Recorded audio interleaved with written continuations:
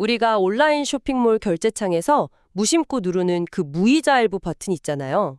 그게 사실은 단순한 결제 수단이 아니라 거대한 AI 광고 제국으로 들어가는 정문이라면 믿으시겠습니까? 아, 첫 질문부터 굉장히 도발적인데요. 그렇죠. 늘 새로운 지식을 탐구하고 또 이면의 작동 원리를 궁금해하시는 우리 학습자 여러분, 오늘 집중 탐구 시간에 오신 것을 환영합니다.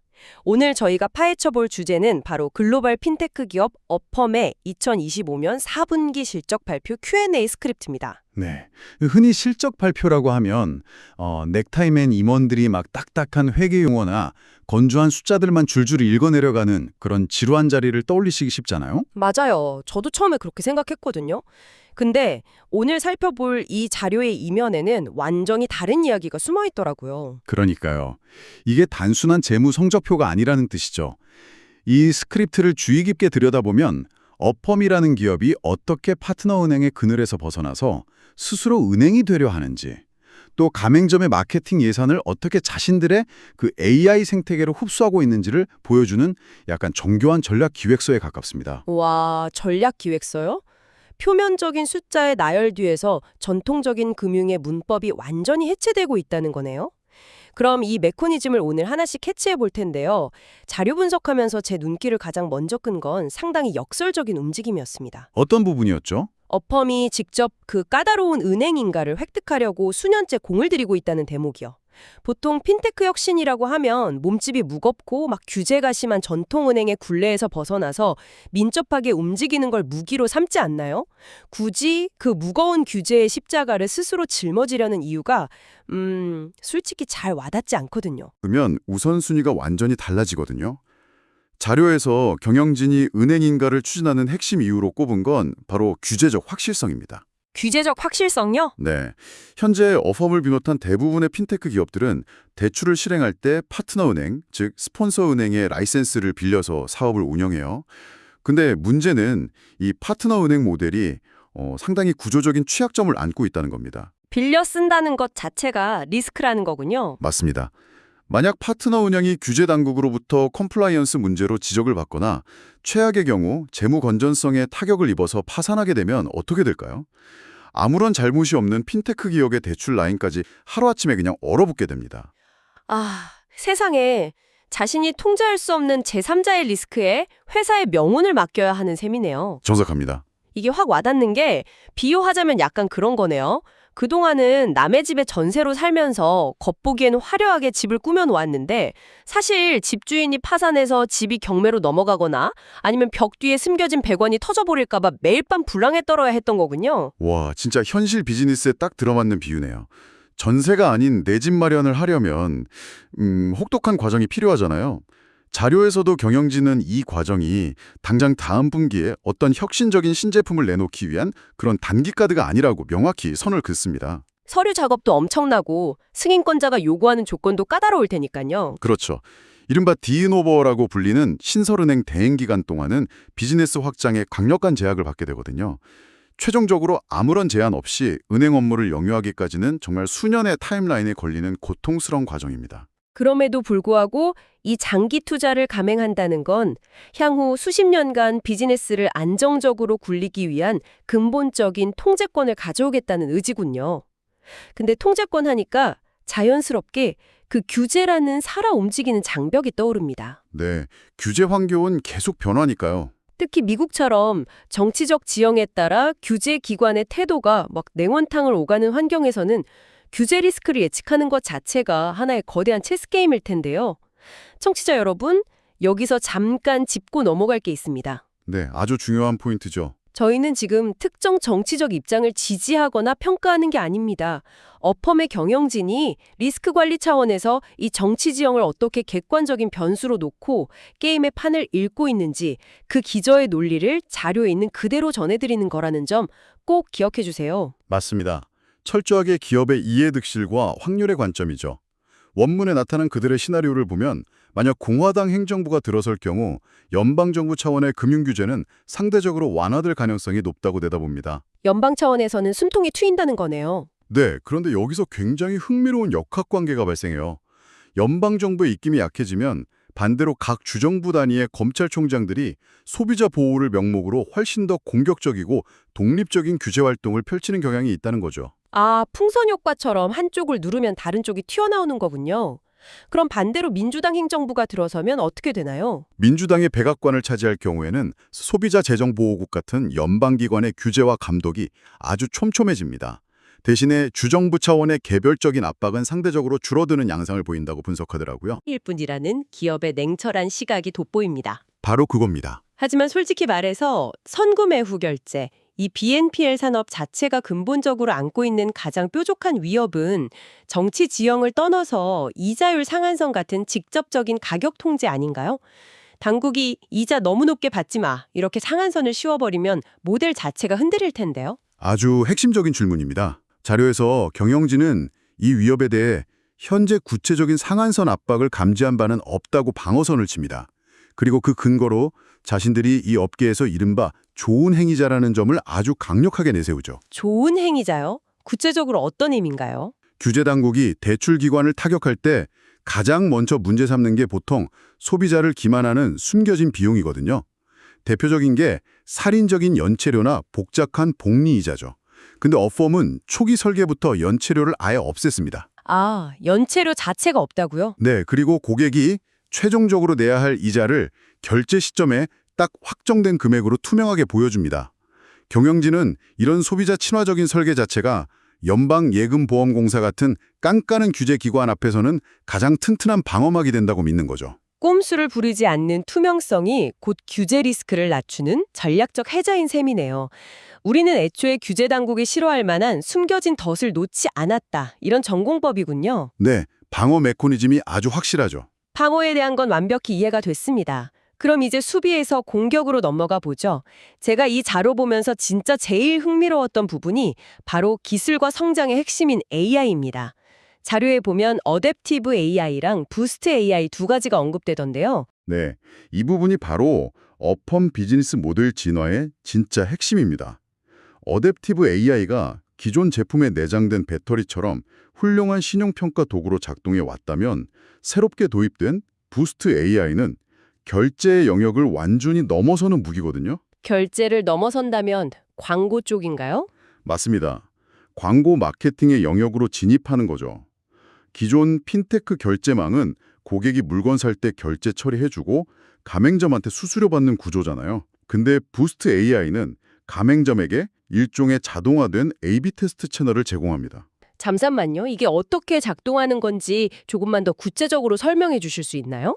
가맹점이 마케팅 예산을 어펌 플랫폼에 투입하면 AI가 머신러닝을 통해서 수많은 데이터 포인트를 분석해요. 고객의 구매 이력, 검색 패턴, 특정 상품에 대한 전환 확률 같은 걸 전부 계산하는 거죠. 와, 그러니까 가맹점이 어펌한테 우리 제품 전환율 좀 높여줘라 하면서 예산을 주면 부스트 AI가 그 돈으로 지금 이 순간 무이자 혜택을 주면 당장 지갑을 열 확률이 가장 높은 특정 고객을 찾아낸다는 건가요? 네, 정확합니다. 그 사람에게만 타겟팅해서 혜택을 쏘는 거죠. 이거 진짜 대박이네요. 비유하자면 가맹점이 여기 10만 달러가 있으니 알아서 전환율 가장 높은 고객 찾아서 무이자 혜택 쏴줘. 이렇게 지시할 수 있는 초강력 AI 마케팅 대행사 같은 거잖아요. 맞아요. 전통적인 광고, 예를 들어 소셜미디어 배너 광고 같은 건 돈을 써도 고객이 클릭하고 들어와서 진짜 살지 안 살지 불확실성이 너무 크잖아요. 그렇죠. 클릭만 하고 나가는 경우도 태반이니까요. 근데 어펌의 부스트 AI는 결제창이라는 구매의 가장 확실한 최종 관문에서 작동합니다. 할부 혜택 자체가 강력한 마케팅 수단이 되는 거고요. 가맹점 입장에서는 불확실한 광고비 지출을 줄이고 투자 대비 수익이 완벽하게 추적되는 채널을 얻는 거네요. 네, 그리고 어펌 입장에서는 단순한 결제 수수료를 넘어서 가맹점의 그 거대한 마케팅 예산을 자신들의 매출로 흡수하게 되는 극적인 수익 구조의 고도화가 일어나는 겁니다. 소름 돋는 발상의 전환이네요. 결제 버튼인 줄 알았더니 사실은 가맹점의 마케팅 비용을 빨아들이는 초정밀 AI 타겟팅 광고 플랫폼이었어요. 그럼 이 강력한 AI 엔진이 실제로 소비자 접점에서 성과를 내고 있나요? 지표가 정말 폭발적입니다. 어펌카드의 전년 대비 총 거래액은 무려 160% 가까이 상승했고요. 활성 카드 소지자 수는 121%나 증가했습니다. 160%면 진짜 엄청난 성장세네요. 더 놀라운 건 0% 무이자 거래가 190%나 급증했다는 겁니다. 이건 어펌 카드가 더 이상 특정 얼리 어답터들만의 틈새 장난감이 아니라 대중적인 소비의 중심축으로 이동했다는 걸 명백히 보여주죠. 글로벌 확장도 공격적이더라고요. 영국 시장 진출 얘기도 있고 쇼피파이와의 통합 확장도 보이고요. 그러고 보니 자료 읽다가 제가 약간 빵 터진 부분이 있었는데요. 어떤 부분이죠? 원문 스크립트에 막 빅 누싱이라는 프로모션 행사나 부이미 같은 파트너사가 적혀 있더라고요. 근데 문맥을 가만히 보니까 이게 음성 인식 과정에서 빅싱이라는 주요 프로모션이랑 파트너사인 벤모가 잘못 전사된 오타더라고요. 아, 네. 어닝콜 음성을 텍스트로 변환하다 보면 그런 오타들이 종종 발생하죠. 그래도 이 오타 뒤에 숨겨진 실제 데이터 흐름은 정말 짚고 넘어갈 만했습니다. 특히 이 빅싱 같은 대규모 프로모션과 관련해서 금융업계에 아주 오래된 신호 하나가 깨졌다는 점이 흥미롭거든요. 아, 그 체리피커 이론 말씀하시는 거군요. 맞아요. 무이자 프로모션을 크게 열면 막 0% 혜택만 쏙쏙 빼먹는 얌체 고객들만 잔뜩 몰려들 거다. 이런 통념 있잖아요. 나중에 이자 붙는 상품 내밀면 전부 뒤도 안 돌아보고 이탈할 거라는 시각이 지배적인데 어펌은 이걸 어떻게 뒤집은 건가요? 그 통념을 깨부순 메커니즘의 핵심은 어펌의 독특한 단권 거래 기반 신용평가 기술에 있습니다. 단권 거래 기반이요? 네. 전통적인 신용카드사는 그냥 고객의 과거 기록인 신용점수 하나만 보고 한도를 주잖아요. 근데 어펌의 AI는 이 고객이 지금 어떤 가맹점에서 어떤 물건을 언제 사고 있는지를 실시간으로 분석합니다. 상황 자체를 분석하는군요. 네. 그래서 자료를 보면 빅싱 같은 대규모 행사에서 무이자 혜택으로 유입된 고객들을 추적해본 결과 그들의 신용 품질이 놀라울 정도로 우수했습니다. 체리피커가 아니라 우량 고객이었다는 거네요. 게다가 더 중요한 건 무이자로 한번 어펌 생태계에 들어간 고객이 앱의 사용자 경험과 투명성에 만족한다는 겁니다. 그래서 나중에 무이자 혜택이 없는 일반 이자부 상품을 구매할 때도 거리낌 없이 어펌을 다시 사용해요. 행사 이후 카드 보유자 수 증가율이 총 거래액 증가율을 상회했다는 게 이걸 증명하죠. 즉, 0% 무이자 혜택은 단순한 출혈 마케팅이 아니라 고품질 고객을 자사 앱 생태계 안으로 꽉 묶어두는 로긴 투자였다는 거군요. 메커니즘을 들으니까 왜 체리피커 신화가 깨졌는지 명확해집니다. 네, 아주 스마트한 전략이죠. 자, 근데 이렇게 성장세가 가파르고 대출을 공격적으로 늘리려면 결국 막대한 자금이 뒷받침되어야 하잖아요. 아무리 AI가 똑똑해도 빌려줄 돈이 없으면 무용지물이니까요. 맞습니다. 그래서 여기서 가장 까다로운 심판관인 월스트리트의 평가가 등장하는 거죠. 그러니까 ABS 거래에서 스프레드가 100bp 미만으로 체결되고 가중 평균 수익률이 4.6% 미만이라는 수치가 나오던데요. 이게 어펌한테 정확히 어떤 의미를 갖는 건가요? 용어가 복잡해 보이지만 원리는 간단해요. 어펌이 소비자들에게 대출을 해주고 나면 그 대출 채권들을 모아서 하나의 커다란 상자에 담습니다. 그리고 이 상자를 월스트리트의 기관 투자자들에게 파는 거죠. 투자자들은 그 상자를 사고 이자를 받는 거군요. 네, 여기서 중요한 개념이 바로 스프레드입니다. 쉽게 말해서 무위험 자산인 미국 국채 금리에 얹어주는 위험 수단 같은 거예요. 대출 떼일 위험이 높다고 판단되면 투자자들은 당연히 훨씬 더 높은 위험 수당을 요구하겠죠. 위험하니까 돈 더 달라는 거네요. 그렇죠. 근데 이 위험 수당, 즉 스프레드가 100bp, 그러니까 1% 미만으로 체결되었다는 건 진짜 엄청난 의미를 갖습니다. 1% 미만이요? 와, 진짜 낮네요. 네, 최근처럼 거시경제 불확실성도 크고 금리도 높은 환경이잖아요. 그런데도 월스트리트의 그 까다로운 투자자들이 어펌의 대출 상자에 대해 고작 1%의 추가 수익만 얹어줘도 이걸 기꺼이 사겠다, 이렇게 선언한 것과 같습니다. 와, 그건 전통적인 신용카드 채권보다도 어펌의 AI 신용평가 모델을 더 신뢰한다는 증거 아닌가요? 완벽히 신뢰한다는 거죠.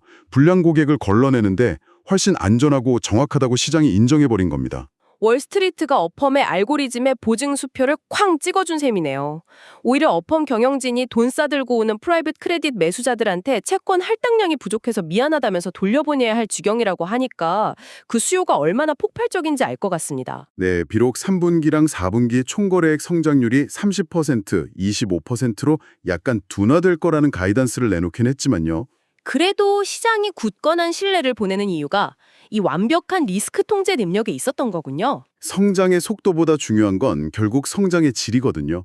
겉보기 상장률이 다소 조정을 받더라도 약속한 수익률을 한치의 오차 없이 증명해내는 것. 그게 핀테크가 월스트리트에서 살아남는 유일한 공식입니다. 오늘 집중 탐구를 통해 저희가 내린 결론이 정말 놀랍습니다. 처음에는 그냥 쇼피파이나 아마존 결제창에 떠있는 조그만 할부 버튼인 줄 알았잖아요. 근데 그 이면에서는 가맹점의 마케팅 비용을 흡수하는 정교한 AI 타겟팅 광고 엔진이 돌아가고 있었습니다. 네, 게다가 파트너 은행의 리스크를 끊어내기 위해서 스스로 그 험난한 은행인가의 길을 개척하고 있죠. 맞아요. 그리고 월스트리트의 까다로운 자본마저 자신들의 싼 이자 조달 창구로 만들어버렸고요. 이런 진화는 향후 거대한 금융산업 전체의 지형도에 대해 아주 도발적이고 중요한 질문을 던집니다. 어떤 질문일까요? 만약 어펌 같은 핀테크 기업이 자체 은행 인가를 통해 규제와 리스크를 완벽하게 통제하고 부스트 AI 같은 기술로 소비자의 구매 의도와 가맹점의 마케팅 지갑을 전부 장악하게 된다면 과연 전통적인 대형은행들의 미래는 어떻게 될까요? 와, 진짜 상상만 해도 판도가 흔들리네요. 은행들은 고객과의 직접적인 스킨십도 그 귀중한 소비 데이터도 모두 핀테크에 빼앗긴 채 그냥 뒤에서 저렴한 자본만 공급해주는 생명력 없는 거대한 파이프, 이른바 덤파이프로 전락하게 될지도 모릅니다. 아니면 그 수백 년간 쌓아온 자본력을 바탕으로 반격할 무기를 찾아낼 수도 있겠죠. 데이터와 플랫폼을 준 자, 그리고 자본을 준 자의 거대한 전쟁이 시작된 거네요. 청취자 여러분, 처음에 저희가 건조한 숫자와 지루한 실적 발표를 이야기했던 거 기억하시나요? 이제 그 무미건조한 스크립트가 미래 금융의 패권을 둘러싼 치열한 체스게임의 중계방송이라는 걸 확실히 느끼셨을 겁니다. 저도 오늘 이야기 나누면서 이 시장의 역동성을 다시 한번 실감했습니다. 여러분도 다음번에 온라인 쇼핑하시면서 이 결제하기 버튼 누르실 때 화면 뒤에서 초당 수만 번씩 돌아가며 여러분의 의도를 파악하는 거대한 AI의 톱니바퀴, 그리고 보이지 않는 자본의 흐름을 한 번쯤 상상해 보시기 바랍니다. 아주 흥미로운 경험이 될 겁니다. 늘 새로운 배움을 향해 나아가는 여러분의 끝없는 호기심을 응원하며 오늘의 집중탐구는 여기서 마치겠습니다. 함께해 주셔서 감사합니다.